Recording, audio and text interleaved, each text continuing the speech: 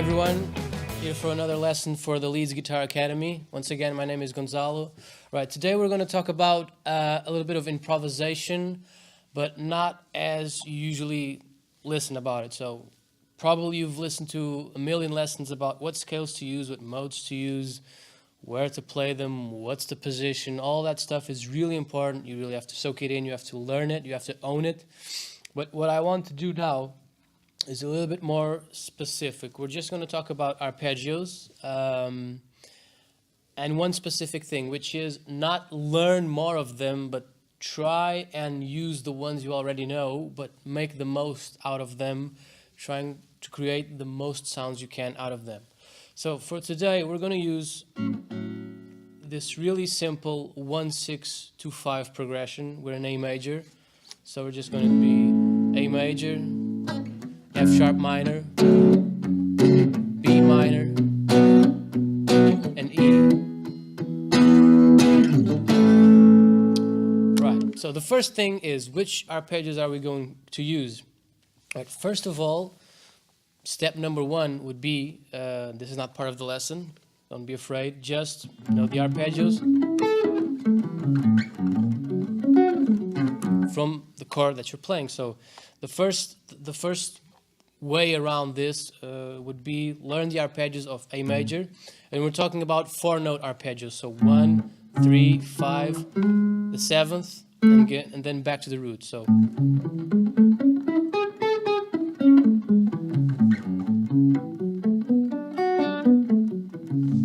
right, then the B, and then the E.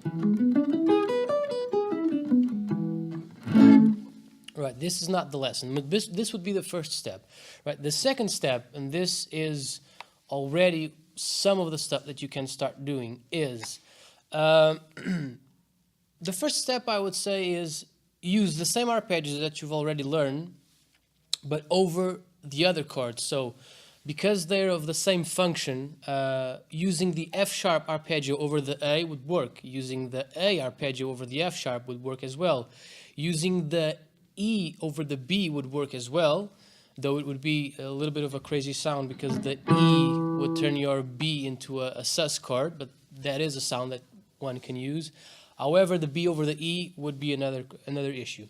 Right, but the lesson here is this. A really simple way of making arpeggios sound way more refreshing is just this.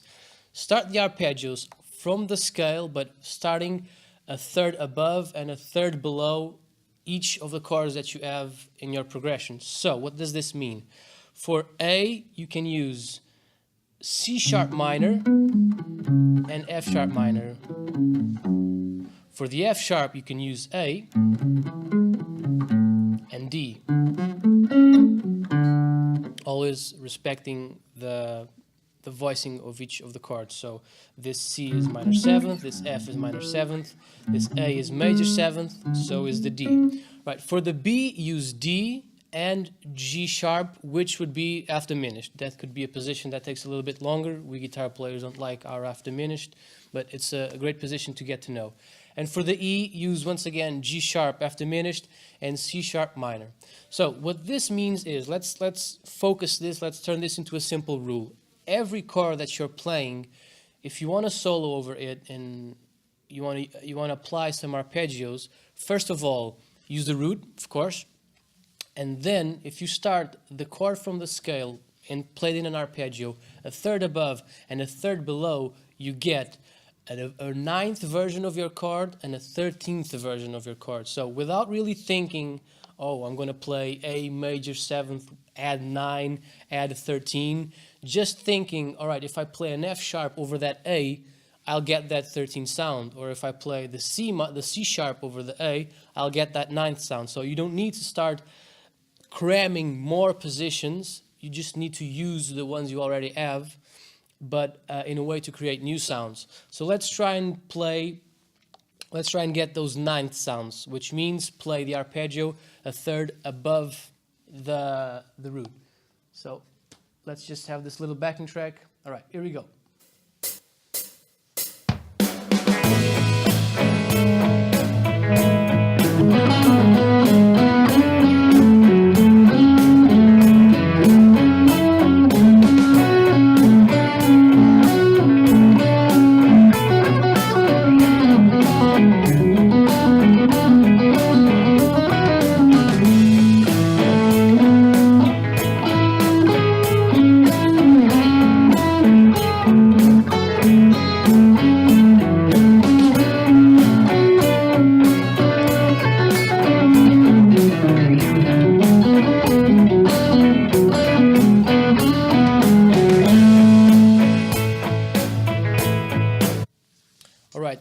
were the arpeggios used a third above. Now for the arpeggios a third below, which will get you the 13th sound.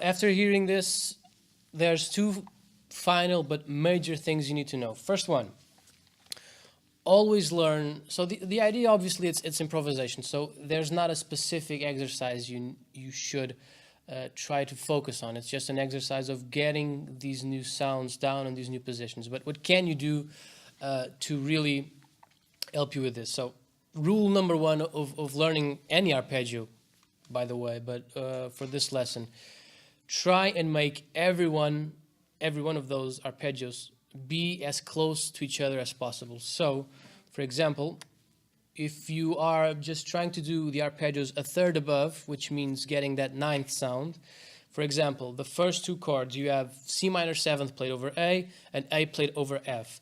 We could do the C sharp here. And while you're playing this, really know, all right, where is my A? Where can I go to find that A and give the smallest leap possible? So if this is your C, for example, this G sharp is half a tone away from the A. So C,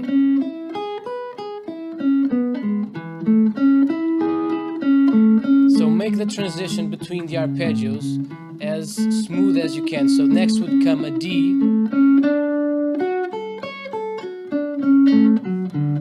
and next a G. So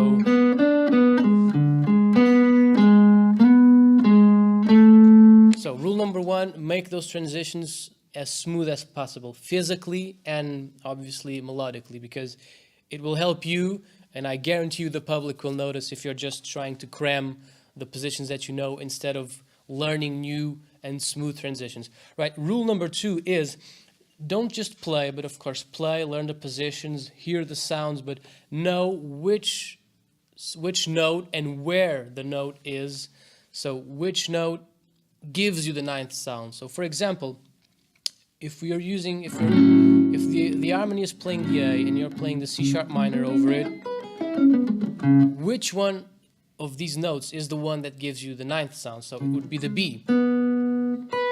So really, like geographically, if you're looking at the guitar, really know where that B is, because you don't just want to play the C sharp arpeggio like blindfold, like just go with it. You want to play it, but you need to know and you want to know, all right, where is that 9th sound? Which one of the notes do I need to focus to not just be playing a C sharp minor arpeggio, but playing with the idea that you want to make it sound like an A with the 9th. So for each one of these arpeggios, you need to identify which one is the note that gives me that sound, the 9th sound or the 13th sound. And then don't just play the arpeggio, play it, but really focusing and developing licks that use that specific note as your target.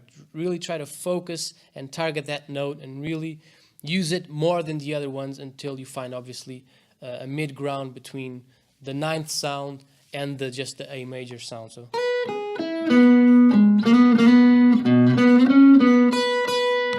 this is the sound that you're looking for. And then for the F sharp, and then for the B, and then for the E.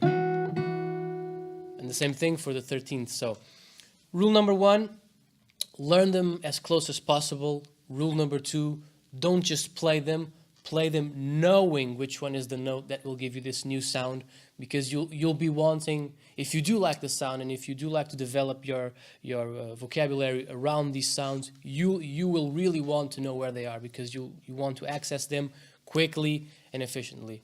Right, so this was a quick lesson on a bit of arpeggios and a bit of making the most of the arpeggios that you already know. Any questions that you have, we're at the LEEDS Guitar Academy are more than welcome to, we want to help you. And thank you for everything, and cheers.